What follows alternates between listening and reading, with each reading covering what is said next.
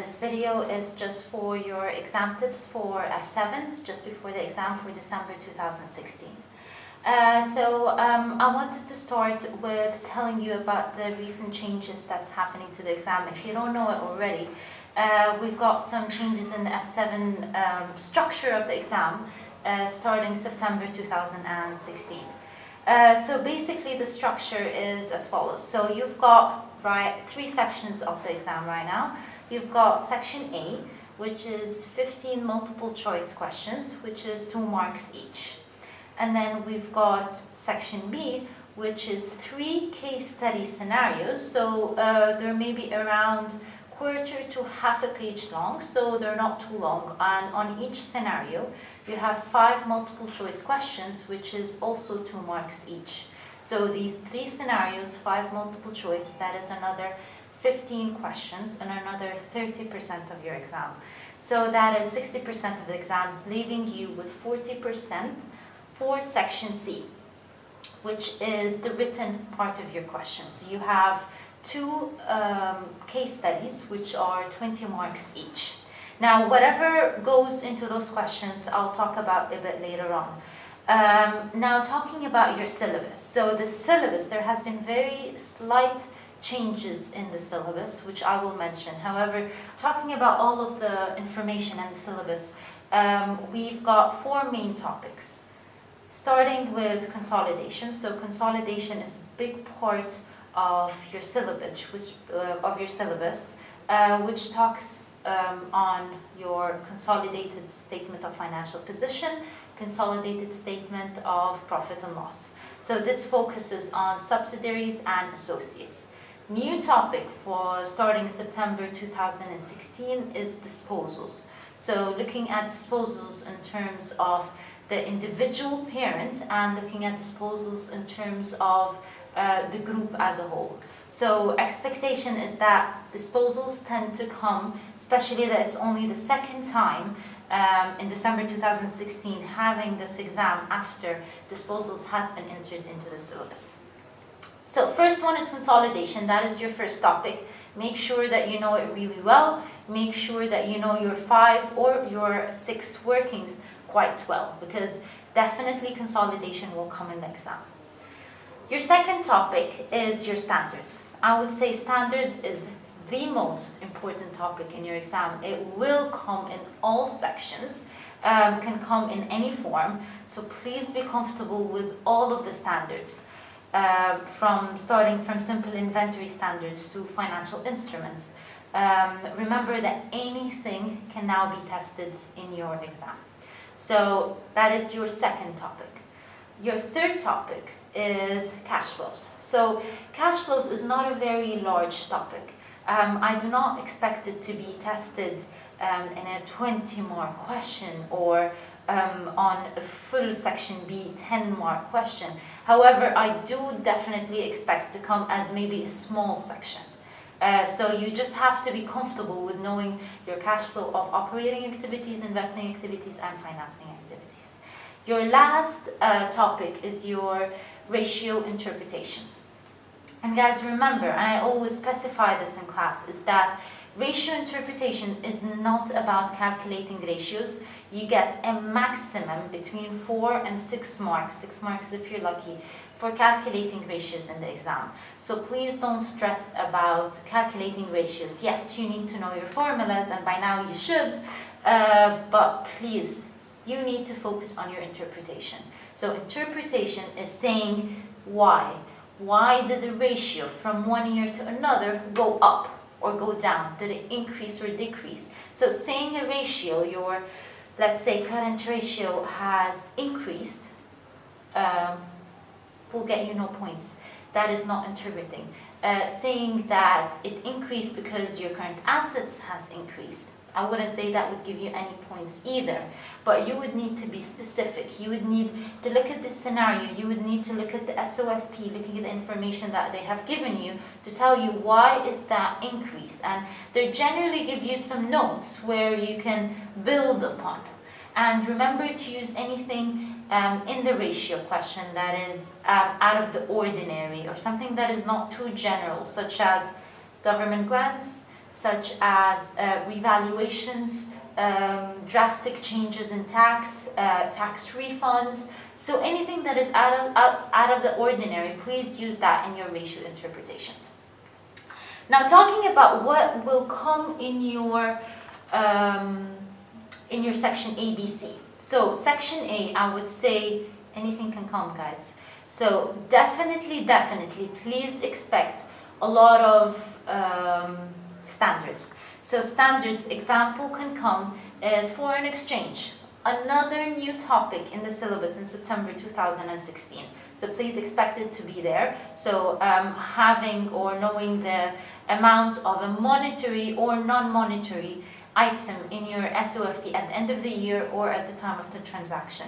So it's a small standard, however, very important. You need to be comfortable in all of IAS 16 PPE. So things like depreciation, revaluation, very common to come in section A. You need to also know standards such as borrowing costs. You need to be comfortable with investment properties. You need to be very comfortable with leases and financial instruments. So these things, guys, they come in every multiple choice exams that we have seen in section A. So please be very comfortable, and also remember that this exam is not 100% numerical.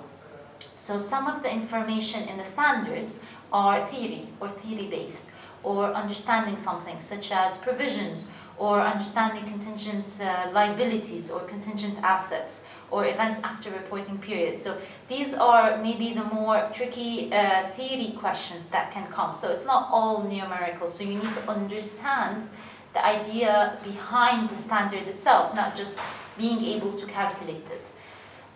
So that is section A. So there is nothing that can be avoided in the syllabus from section A. Now, section B, we said we've got the 3 scenarios. So the 3 scenarios, I would say, can also come from standards. I would guess and I would predict that it would also come from your consolidation. So consolidation can be tested in section B. Now, why would I say this? I'm not saying it's not going to be tested in section C, but it would tend, because it is the same amount of knowledge that can be tested in section B can also be tested in section C, but it's easier to be tested in section B. A typical section B consolidation question would include the information given, SOFP, probably given only extracts. So basically extracts, it's only separate amounts for the parent and the subsidiary with a few notes. Now, questions can be asking you about a few workings, such as, can you please give us the non-controlling interest for the consolidated group as of the year end? So you're looking for working 4.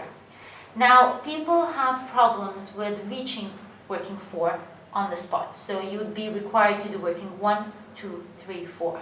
However, for section B, it's not required. You need to be able to do section working 4 without the need to do all of those different workings. You do not need working 3 at all. So basically, you just need to understand what goes into working 4 and the required efforts that you need to find that answer. Another question that can come is basically the year-end amount of an item like PPE. So PPE, remember, we always add the parent, we add the subsidiary, but then there are some adjustments that can happen, such as fair value adjustments and depreciation. So these things will need to be taken into account when finding that value. So you need to be able to do small pieces of that consolidation without the need to construct the whole statement of financial position or P&L. So you just need to be comfortable with that. Practice a lot of questions on consolidation, get used to it. Now, going into section C, I would expect to have ratios. So ratios interpretation. So ratio calculation maybe can come in another section, in section A, which I think would be a very good question for you because it's just a ratio. However, interpretations cannot be tested anywhere except section C, because that is something that you need to actually write. So section C, very important, your ratio analysis, guys. Please practice. I know a lot of people have trouble with actually interpretations. Do not spend too much time on ratios and look at the amount of marks. And remember, every valid point will give you a mark. Please leave spaces between your paragraphs. Every paragraph should be a valid point that can give you a mark. So that is what you're looking for.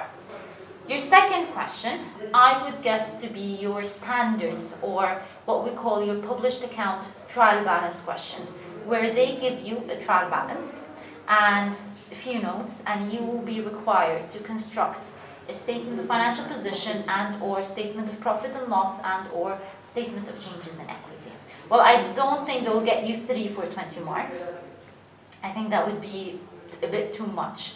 However, maybe you'll be asked for 1, maybe for 2, and maybe for extracts. So a lot of people find it difficult to just have extracts as an answer. So for example, they may ask for the P&L, so the full profit and loss. However, they may only ask for the equity section. However, a lot of students can get confused in thinking that they're asking for the statement of changes in equity. However, the examiner is not asking for that. Remember, read the question very properly. They're only asking for the equity section, just an extract of the statement of financial position. So you need to know what they're asking. You need to answer the question, not answer what you feel you're good at. So you need to be able to understand the requirements. So you need to do these statements based on the notes that are provided and the information given. Now remember that this is quite a large question, so you need to look at the things that are easy. And remember guys, remember always easy marks first. That's the good thing about section C. You can get some easy marks. Copy paste some items from the trial balance. You've got some amounts already there. Next thing, look at the notes that are easy. All the questions that we have done in revision, the questions that we look at in the trial balance, in the revision kit will include some basic things, such as revaluation, always there. Depreciation, always there. Tax, always there. Does not change. These things are very regular, guys. If you've studied enough, if you've practiced enough, 75% of that trial balance question will be quite easy and similar to what you've done. Something else that is quite common is something like leases or loan, something that using an amortized cost table. So please be comfortable with having that table. You will have that table in the exam somewhere. So if not in the trial balance question, maybe somewhere in section A. So please be comfortable there. And then maybe you'll find something weird. It's not a problem. Try it out. If it didn't work, it's okay. The problem is that when students get stuck on something, which is probably what the examiner puts as that first note. So people get stuck on that and then they don't move on. However, notes 2, 3, and 4 include revaluation, depreciation, and tax. It's the things that will get you the easy marks. So that is what you need, guys. You need 51% in the exam. And I think if you just follow some good exam technique, if you just look at the easy marks that you can solve, you can pass, guys, and good luck. Thank you.